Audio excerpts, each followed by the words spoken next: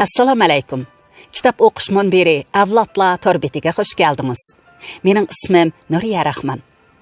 Men hozir Shveysariyaning Vali rayonidagi Bagajdi Muari, ya'ni Muari suv ombirining yanida.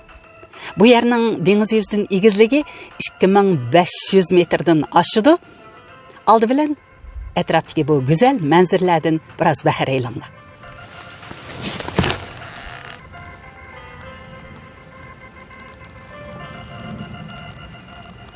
Bu suv albatta shu alt tog' cho'qqalaridagi qorlar erib yig'ilgan suv ombiri.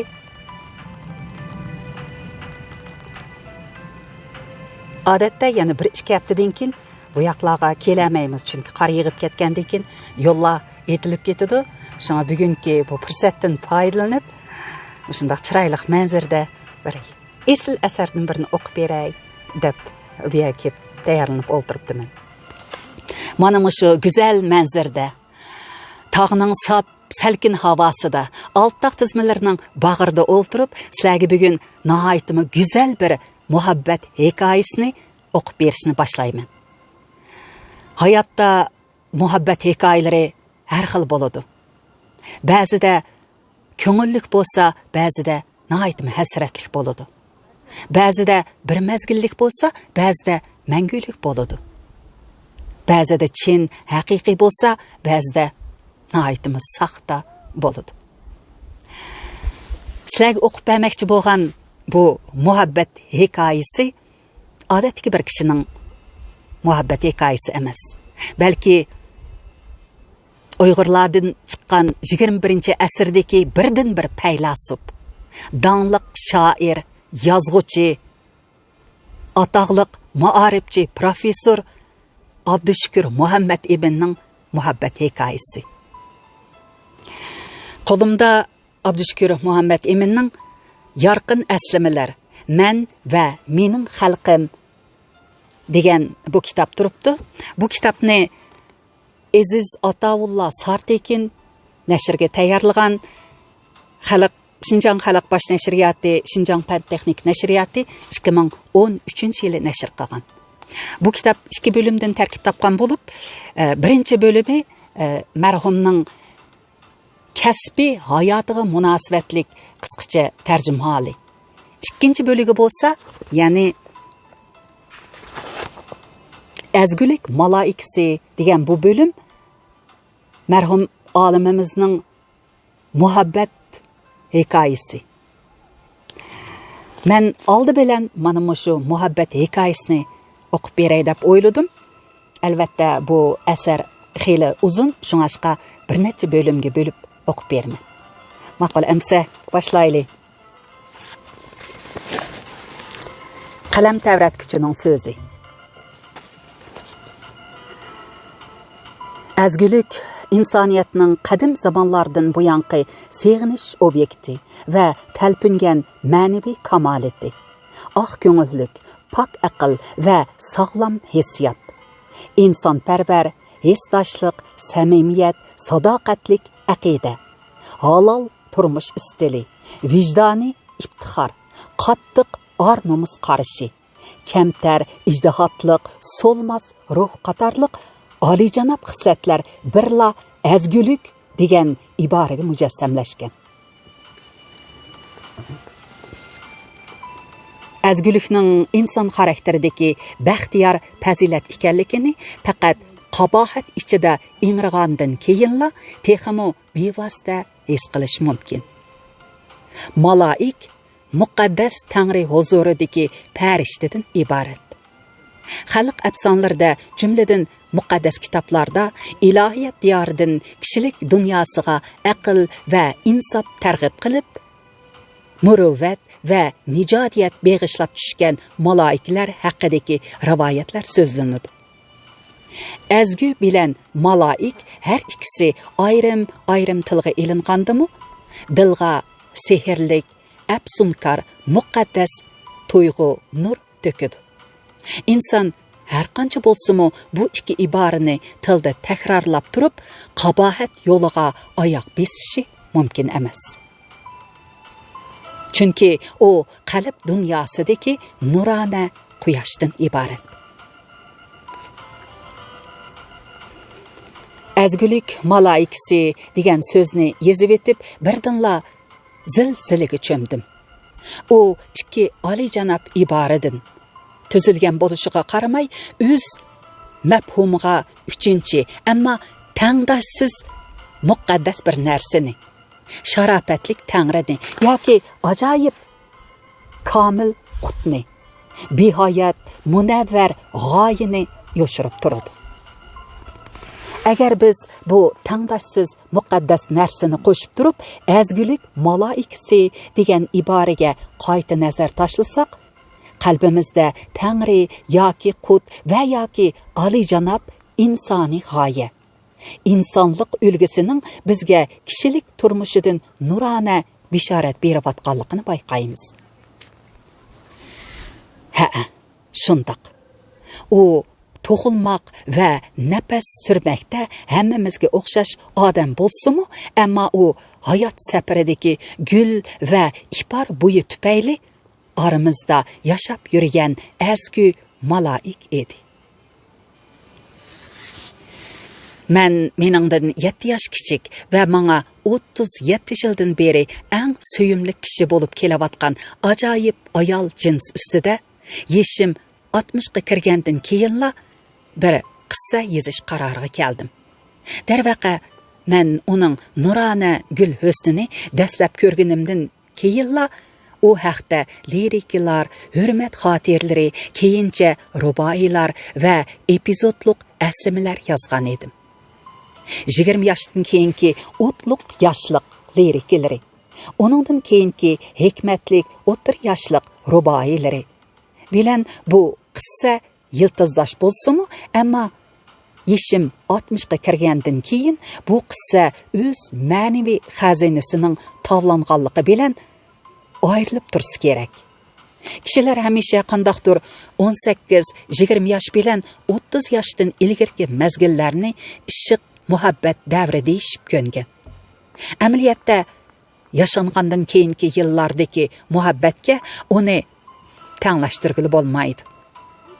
Qop-qora qunduz chashlar bilan attirgul bargidak yumron yuz o'rniga oqargan chash va ajr qo'riqlari tushgan yuz almashgan. Ammo bu oqargan chash va qo'riq tushgan yuz inson qalbi xarakteri, ajri va qimmatining bir umrlik bahonamisi bilan tamg'langan.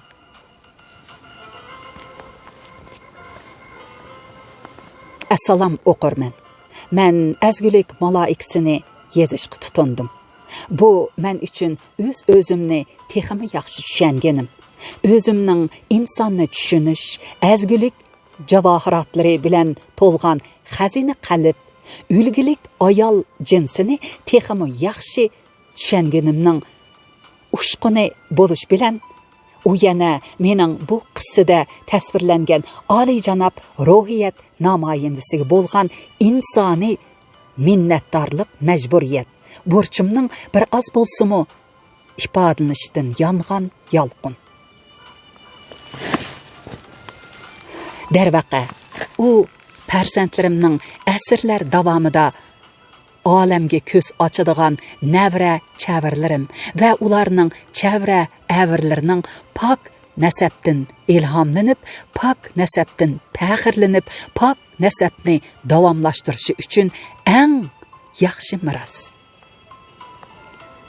Albatta, Qabusnomada o'z o'g'liga bo'lg'isi kunlar uchun nasihat yozgan badiiy shaklga nisbatan azgulik malaikasi alohida xoslikqa ega.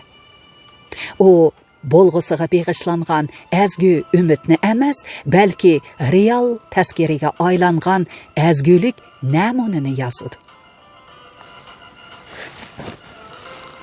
Azgulik malaikasi butkul oilalar, ayol qizlar kishilik umr manzilini go'zal fazilat bilan bezashni orzu qilg'uchi astoydil qalblar uchunmi yaxshi hamroh. O'z rafiqasini yozgan, hech kim qilmagan ishni qilgan deb ta'na qilg'uvchilarga kelganda shuni aytish lozimki, ayol ulug'vor murabba, ojiz qul emas. Canlıq tabiat va kishilik jamiyati taqozosi bilan u bizga pok va aqidalik mahbub bo'lgani uchun biz uni cheklangan qorong'u bekin va nomusliq choq quduqqa solab qo'ya olmaymiz. Men o'z rafiqamni uning menga shaxsan suyumlik bo'lganligi uchun emas, ya'ni uning butkul insoniy azgulikka, oliyjanob nuroniy xislatga texmo yaqin bo'lganligi uchun yozmoqchiman. U men uchunmi xuddi cho'chaklarda tasvirlangandek oppoq qanotlarini yumshoq bahor shamolida uchirib, quyosh nuri qo'yilib turgan ibtidoiy o'rmonlikdagi yeshil chim qaplagan o'ynoq buloq beshiga qo'ngan azgu maloikasidek muqaddas ruhning vakili. Uning rafiqam bo'lishi kishilikdagi muhabbat va turmushning bizga qilgan konkret iltifoti va shaxsan menga qilgan bebaho in'omidan boshqa narsa emas. Hech kim qilmagan ishni qilganligim bir yaxshi boshlanish bo'lib qolsa ajib emas.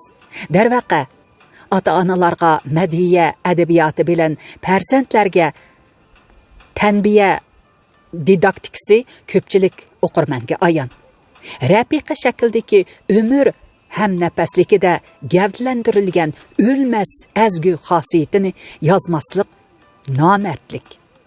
Ro'shanki azgu fazilati xuddi haqiqat nupuzidek oila, davlat chegarasi, podshohlik, erlik shuhratidan halqagan. U qalbdan qalbga, zamondan zamonga, avloddan avlodga to'sqinsiz safar qiladi. Uni qizg'in kutib olishing kerak. Chunki sen o'zing va rafiqangga, o'g'ling va qizingga, hatto butkul millatingga lozim bo'lgan eng qimmatli boylikni, ruhiyat shaklidagi azgulikni kutib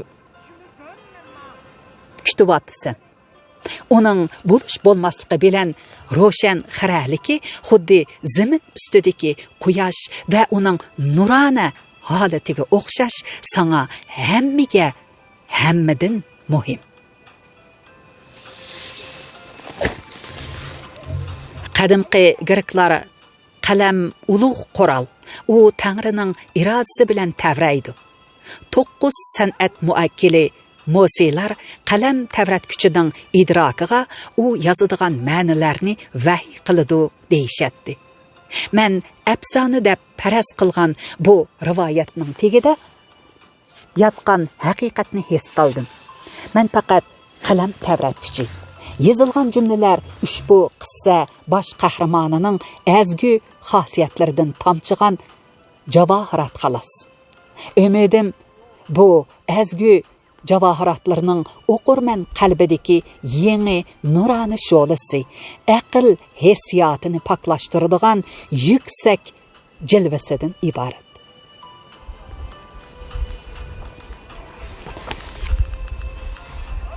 Shuni qistirib o'tib ketay, marhum bu asarni yezib 1 yildan keyin bizdan mangulik ayrildi. Ma'qul amsa romanni, hikoyani boshladik. 1 bo'lim. Azgu muhabbat. Beg'ishlama. Amal shuhrat desang qoshingda hozir, boyoshat ro'zg'or boshingda nozir. Yeshing 17da tutma qo'limni, emas shahzodiman kulpatlik tohir. 1-bob. Taqdirning bishorati. Qaysi quyoshning nuri u qalbimga baxsh etgan bahor. Qaysi bahorning guli u to'kkan muhabbatdan ipor. Taqdiri karomatini boshlashdan burun bishoratini yetkazadi. 1955-yili 22 yoshga to'lganligimni xotira suratga tushish bilan o'tkazish uchun Xi'an shahrining G'ul rastisi, Sharqiy bozor, ya'ni Dungdajiyadagi bir suratxonaga kirdim. Kim bilsin, chaplab qo'yilgan avrishga suratlar orasida mening tunji qitim bu shaharga, ya'ni 1950-yili 17 yoshimda G'arbiy Shimol 5 o'lka yoshlar qurultiyiga kelgan chig'imda tushgan suratga ko'zim tushdi. Suratga men Qashqarning sipti tegilgan bodam do'ppisini kiyib tushgan edim. Ko'zim mening suratimga yonma-yon qilib qo'yilgan bir qizning suratiga tushdi. U 13 yoshlardagi Uyg'ur qizi Ra'noning surati edi. Men bu chaqda G'arbiy Shimol universitetining falsafa aspiranti bo'lib, o'qishni tamomlashga bir qancha oylik qolgan edi. Beshiga shapki kiyib, bo'yniga pioner galstugi taqagan bu norasida qizning kimligi, qayerligi, bu suratga qachon tushganligini suratxondagilardan so'rash afsus edi. Qiziqi, shuncha ko'p manzara orasida har ikkimiz so'zuq romb shakllik deraza manzarasi oldida suratga tushgan ekanmiz. Bu yerda rasm bor, lekin ancha aniq emasga, shuningdan bir ko'rsatib qo'yay.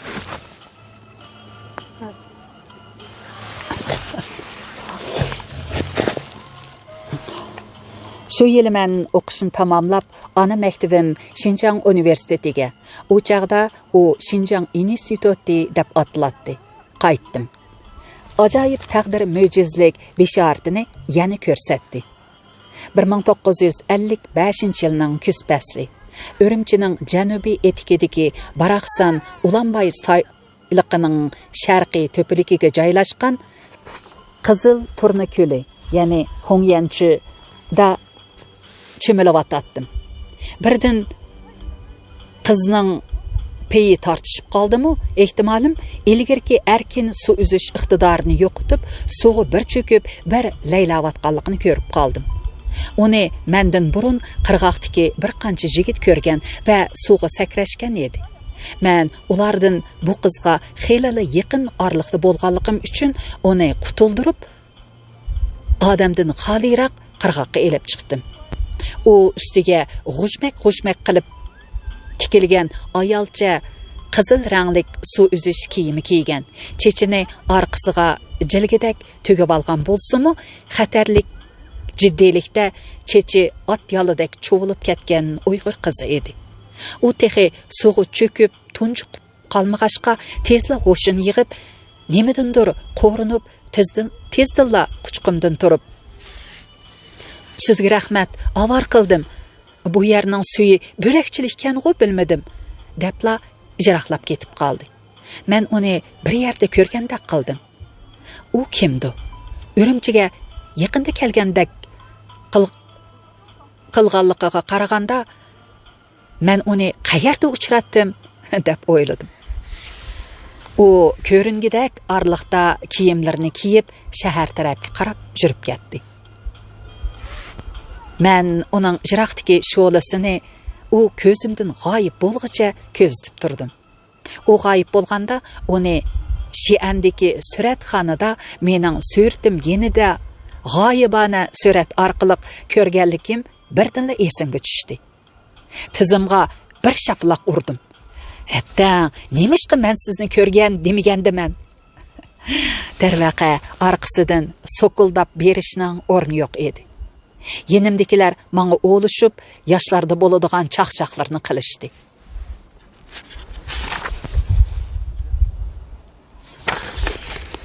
Aradan 2 yil o'tdi. Davlat vaziyatida muhim o'zgarish yuz berdi. 1957-yili yozliq ta'tildan yig'ilgandan keyin maktabimizda hamma idora korxonaga o'xshashla stil tuzdish nomida atalgan o'ngchilikqa qarshi turish harakati boshlandi. Harakatning dastlabki bosqichida material o'rganish elib bordik. Fakultet, kafedralar bir qancha turkumga bo'lingan edi. Qaysidir xosiyatlik bir kun taqdir o'zining bishoratini yana bir qitim ko'rsatdi.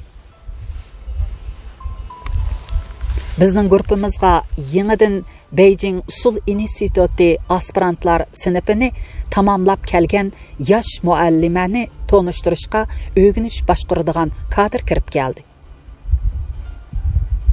Nemisini aytay.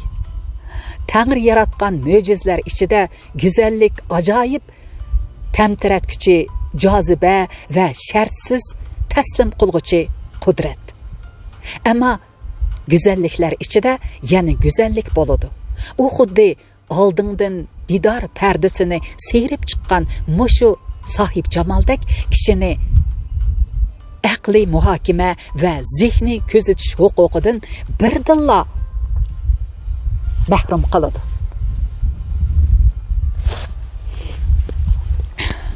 Bu yosh muallima yer yerilib, zambiraklar etilib ketgandimi, qo'limdan tushmas johil qalamni ixtiyorsiz tushiribdi.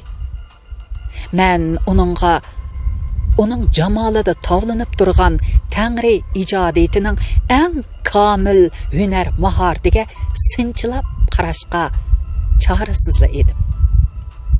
Uningga qarash mumkin emas.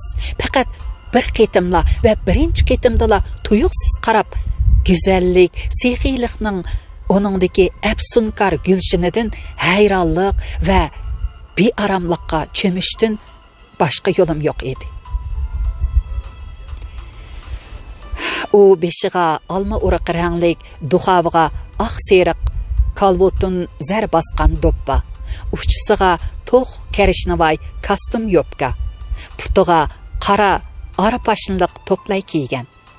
Orqasidagi ikki o'rim uzun qunduz chechi o'shqiga tushgan gul yuz, ohu ko'z, o'zini tutgan xushbichim qiz edi. Men u eshikdan kirib, bir hozirdan keyinla uni to'nib oldim. Uning uyulib turgan o'ynoq qora qumchoq ko'zida uningmi meni boshqalarga qaraganda farq qilganligini ifodalaydigan sodda ammo rostchil tuyg'u tabassum jilvasi belinib turardi. Uning aramizga kirishi bilan institutimizning san'at fakulteti usul kafedrasi butun tarkibi bilan bizga qo'shilib ketdi. Men shu kuni faqat uning ismini va uning Beijing Usul institutidan ilgari Xi'anda G'arbiy Shimol san'at institutini tamomlaganligini bildim. U Xi'andagi surati bilan 2 yildan ilgariki ko'l bo'yidagi holtidan to'lgan, tövligan bo'lib, yeshi 17 ga kirgan edi. Enim degan chiroyli mayadim bir rasm borki.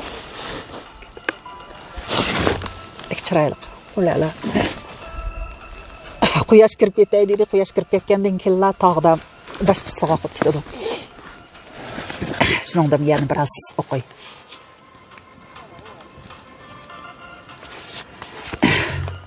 Uzun qilib qatar qo'yilgan shirada u men bilan udul o'ldirib to'xtamay xat yozatdi. Bu chaqda u ustidagi kostyumni yeshivatgan bo'lib, badanini kashlangan holrang ko'pda yepib turardi. Taqdir yana chaqchiqini qildi. Dam olish vaqti shuncha qisqa bo'lsa-mu, yenimdagi kasbdoshlarim uni o'rib oldi. Qozoq yigiti Boytursun uning beshidagi kalbutun zar bosgan do'ppisini elib, mening beshimga kiygizib qo'ydi. Qiya-chiya ko'tarildi. Men nima deyishni bilmay qoldim. Ra'noning kasbdoshlari bilan mening do'stlarim yarashdi. Sаңlı layık ekan, seninle ekan deyishib ketishdi. Ba'zilari do'ppini beshimdan elib kiyib baxmoqchi bo'lishqinida Ra'naning Zaynab Sobit ismlik yosh o'qituvchisi, hozirgi haddimatli kasbdoshi loyiq tepildi, har kim kiyiversa bo'lmaydi deb beshimdagi do'ppini elib Ra'naning o'skilan qunduz chechi ustiga qo'ndirib qo'ydi. Bishorat bergusi taqdiri qismat, uni bunyod qilur himmat jasorat. Muhabbat tangrisi otqay sadoq o'q, izidan g'unchi bo'p ko'klar muhabbat.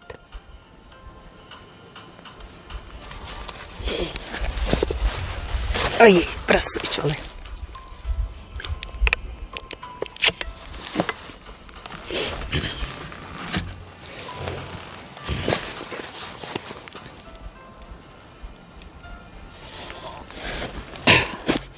İkinci bab. Rana, ak ettirgül. Atan günmü, anan aymu, yaratkan gonca cismangni. Koyuptu usta, Kur'andas, atap Rana-i ismangni. Yol mangan sır içilidu ve kengiydi. Söygü yolumu xuddi şundaq. Rana bir qancha gün içide betap bolup yetip qaldı. Bilmeymen nemi üçündür onu 2 günden beri körelmegenlikimge bir aramlıq his qiladigan bolup qaldım. Ahiri gruppa başlıqı aramizdagi yeş çoğrak Abdülhelim akını elip Rana'nın üyiga onun kesilini yoqlala bardık. O atısı Qavlağın, anısı Toxtxan ağacı bilen bir ailede turatdı. Qavlağın ata öğrü boy, kelişken, ak köngül, 5 vakt namaz kişi bolup, keyinki yıllarda Rana'nın eytip berişçe, o kiçikide Şöğetan dep atalıdığan mektepte okugan bolup, keyince Sovet Şinjan Soda şirketi Sov Sin Türk'te birinci avlat tere moy işçisi bolgan ve moy kurulganda priyomçik bolup işlegen. Salapetli, kuyumcan, mert bu kişi Rana'nın okumuşluk bolup yetilişi üçün tolumu köngül bölgen. Toxtxan aça Qavlağın atıdın xeylili yaş bolup, illiq çıray, xuş biçim, mehmandost ve mehriban ayallıqı bir qaraştıla kişini söyündüretti. Ulara taşqirqi öyde, kan, süpü üstüde olturgan yerlerden qozgulup bizni kütüp elişdi. Biz bir az hal ahval soraşqandan keyin Abdülhelim akının işareti bilen men ilgirrek İşkirki öyge kirip kettim. Bu Rana'nın xas öyü bulup, ata-anısı boyuğa yetip qalgan bu yigani perzentiga bu öyni çıraylık gelem ve cihazlar bilen yasap bergen. Öyge tizip koyulgan çıraylık kız konçaklar bilen balalar telefoni, gül seviti qatarlık oyunçuklar Rana'nın texi ösmürlük rohiyetinden ayrılıp ketmegenlikini körstip duratdı. Şirin uyquga düşken Rana'nın karveti yeniga keldim. O pakiz ve yarışımlık piyaz kökran koptisinin kökrek üstüne içip, qalgan bedenini kızıl durdun yotkanda yapkan halette karvati yatattı. Betaplıqta besiremcan yatkan kişilerden tüptün pərqliq bolgan bu xuş çıraylık yetiş bana onun öz-özünü qadirləş tuygusunu düşendirdi. Onun yanında zukam doğruları turatdı. Rana közünü içip tebessüm qıldı. Ornudan qozgalmaqçı bolgan idi, men onamadım. 2 eğiz hal soraş gepini tolumu oңайсызlıqta ettim de taşqırqı öyge çıktım. Demedim mi uyquda dep, dedi Abdülhelim aka. Oygıtay, dep qozgaldı Toxtxan aça. Biz onamadık ve hoşlaşıp çıkıp kettik. Rana tezli saqayıp ketdi. Men onu ularning usul darsxonasidan tapdım. Darsxona Qizil binanın g'arb tarafidagi birinchi qavatda edi.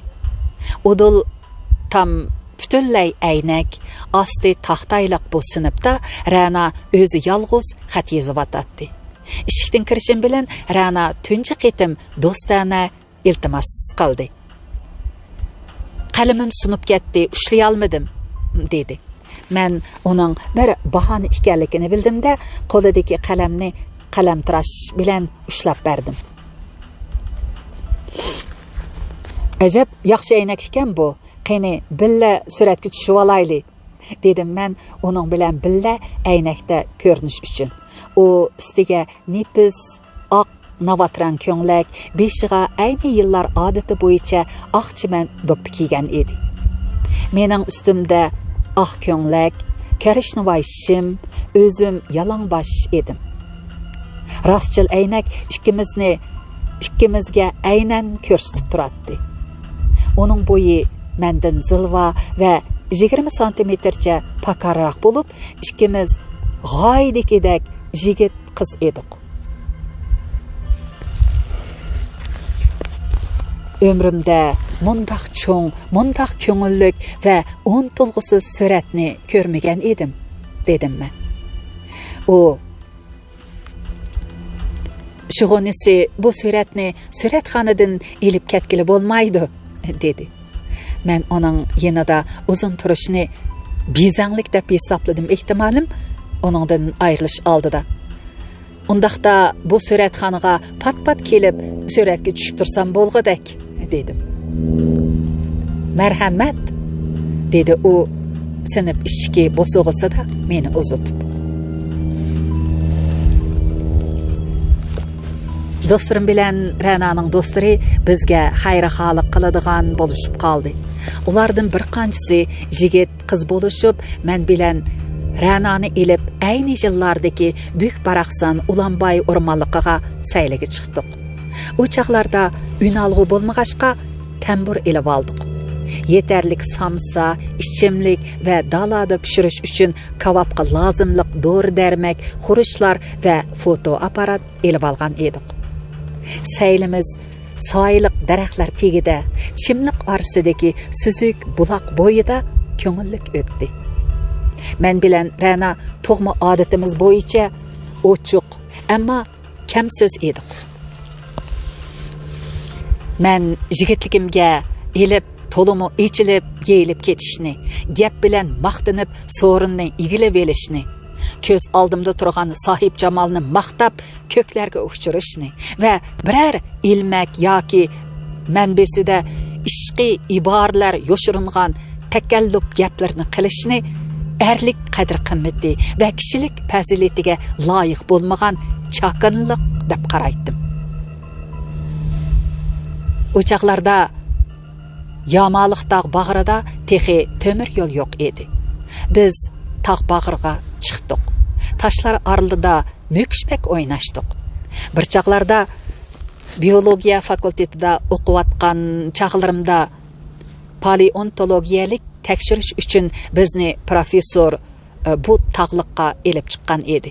Men arlab qiyoq adrasmanlar o'sgan bu tashliq tağdan o'tib etib, Ra'nani pastdan tortib oldim va qo'limni tosh tilavatdi. Ra'na "Uyey" deb andikib ketdi va kichikkina oppoq qo'l yog'liqida qonigan qo'limni ching tengib qo'ydi.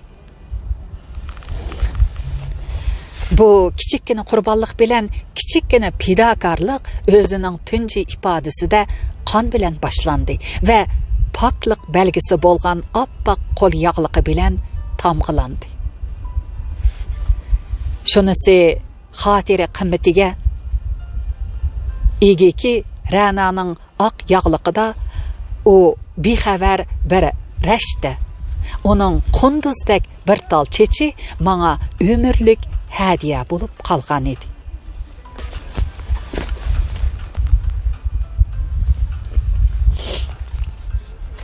Sel muzlab qo'yaptimi? Bir chapan kiyib olay. Undan davomlashtiray. Yana biroz bir necha betni o'qiydim, bir chapan kiyib olay.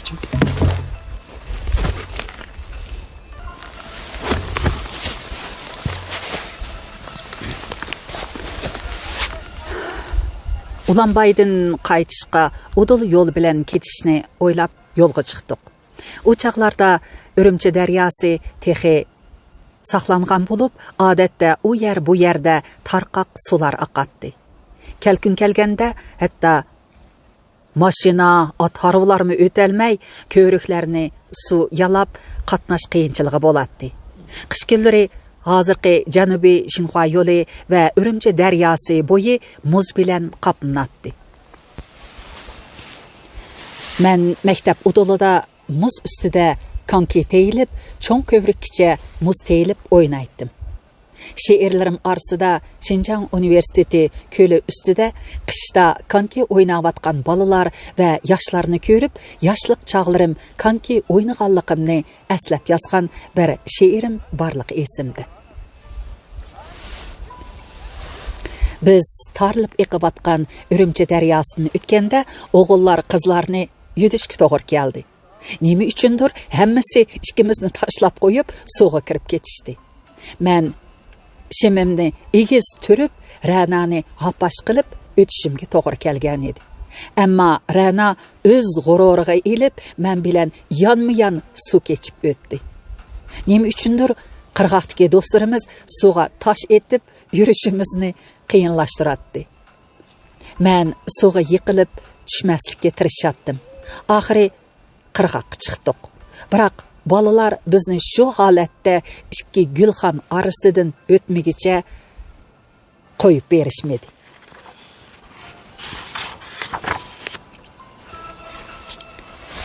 Üçüncü bab. Tunji muhabbet. Visal gülünü ko'rsatdi taqdir, tinch qalbimga yiqib muhabbet. Hicran yo'lini u ochdi oxir, söygü o'tini kuchaytib hayvat. Tongdagi tuman va yoki sahar uyquliqidagi shirin tushdak visal kunlari uzun bo'lmadi. Istil tuzitish deb atalgan harakat to'lqini bilan tangla Şinjan yezlarida boshlang'ich kooperativlarni umumyuzlik oliy kooperativlarga ko'tarish harakati boshlandi.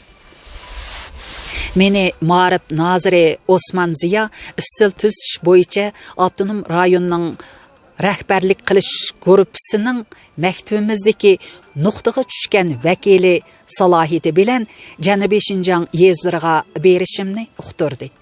U menga mening yezi xizmati tajribamning yo'qligi, bu muhim cheniqish fursati ekanligini alohida jekiladi. Shunda qilib meni do'stlarim Qashqarga uzatdi. Ularning yo'lliqlari orasida Ra'naning ustiga xanzucha Çingnian, ya'ni yoshlik degan xat yozilgan qilin xotira daftari bor edi. Men bu sovg'adan hech qanday g'ayri ma'no topolmadim. Topqinim faqat Ra'naning pokligi va do'stona hissiyoti edi xolos. Bu donolik edi. Yo'lga chiqdik. Ayni yillardagi Janubiy Şinjan tash yo'li to'lisi to'piq yo'l edi. Men yuk mashinasi ZIS avtomobilining eng orqasidagi bo'lingdan o'rin oldim. Bu qo'yintoz ichida yuklanib o'ltirish deganlik edi. Bugurning kambag'allar mahallasi degan yeridagi dangda tunji qitim partiya ittifoq a'zolari yig'ini ichildi. Hammamiz qayta tizimlandik. Qashqarga borgandan keyin tag'am Abdukerim Ibrohimning Janan ko'chasidagi targ'ina uyiga kirib, aran bir kun qonaladim. Ota-onalarim Sovetlar ittifoqining Frunze, ya'ni Bishkek shahriga chiqqanda maslahat bo'yicha qo'yib ketgan bir kishilik pasport taqamda edi. Men bir qancha kishi bilan Maralbeshiga taqsim qilindim. U yerdan Mahmudjon aka ismli kishi boshchiligida men Qurbon Mamtili, ikki Xanzu Kadir, jami 5imiz Seriq bo'ya rayoniga taqsim qilindik. Ish o'rnimiz Shakalovat bozor kenti bo'ldi. Ancha uzun o'tmay Mahmudjon aka kasal sababidan Urumchiga qaytib, yeshim boshqalardan kichik bo'lsa-mu, bu xizmat guruhiga meni mas'ul qilib qo'ydi. Men chechimni tushirib etib, butunlay Qashqar Do'lan yezlaridagi yerlik Uyg'ur yigiti qiyofatiga kirib, ishga kirishib ketdim. Bu ishlar o'z yo'lida. Qo'limga har kuni Ra'naning xotira sovg'asini, yoshlik daftarini olatdim. Tunji illiq bishoratlar tizmisi, ara yiroqligi va hijron azobi, seg'inish to'yg'ulari mening texi hech qanday sevgi muhabbatdan suv ichmagan bo'z qalbimga kuchlik ishtiyoq, heris selishqi başladı. Көзімге қызларның қол яғылқыға оралған ғорылары, өрекleri, çokallarının қызыл boyap derisiga qo'yib qo'ygan tuxumlari ko'rinmaydi. Ba'zida otliq o'rmonliq, to'g'raqliq yakan vodisida, ba'zida sho'r to'piliq yo'lda, ba'zida cheksiz ketgan bo'yliqda, qisqasi odamsiz jangalda Ra'na deb varqiraydigan. Meclis sirasi üstüde bolsa, salapetlik muhakeme yürgüzüdüğün boldum. Derveqe, meni Ra'na muşundaq iki parçaga tilip taşlıqallıqını özümü bilmeydi. Ra'na'nın xatiri dəftəriga texi resmi muhabbet izhar qılmağan halatdiki tozaqlanğan qalbimni yezishqa kirishdim. Xatir dəftərinin birinci betida Ra'na'nın Zeynep Sabit bilan tushgan surati chaplangan edi. Men uchun bu doimiy visol peshayvini va nigar jahannamisi edi. Men bu ajoyib maftunkar suratga qarab, qanchilab afsunkar tilak bilan Ra'naga salomatlik va baxt tilaganligimni unuta olmayman. Men xotira daftarının ikkinchi betiga bir dona oq attirgulni va Ra'naning men uning bilan Yamaliqdaq etikiga chiqqanda qo'lim qanab Ra'na tingib qo'ygan qo'l yog'liqida qilib qolgan bir tal chashni qog'ozga avaylab o'rab chaplab qo'ygan edim. Hozir o'ylasam, bu bir afsunkar dastur bo'lib qolgan va uning qalbidami?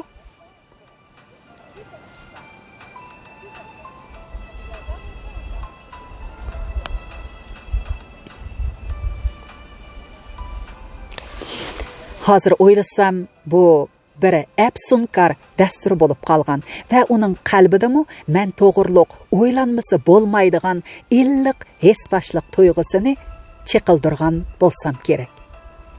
Men do'stlarga beg'ishlab bir qancha qitim xat yozdim. Bu xatda ularning ismlarini, bo'libmi Ra'naning muborak ismini atayin o'tliq nafasda tilga oldim. Unutilmas ko'ngilli kunlarni qayd qildim. Ammo Ra'naga atab muhabbat xati yezishga yuganlangan hissiyotim amalsiz edi. Xo'sh, bugun mushagicha o'qib beray, chunki telefonimning batareyasi tugab qoldi. Davomini kelar qitim anglag'aysizlar. Xayr, xo'sh.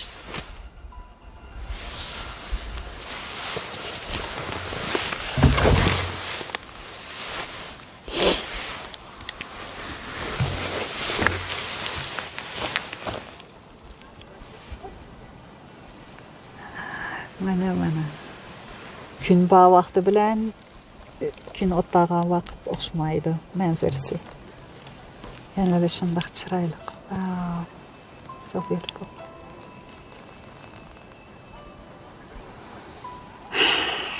Hammanglarga salomatlik yor bo'lsin. Güzel muhabbat hikoyalari hamroh bo'lsin.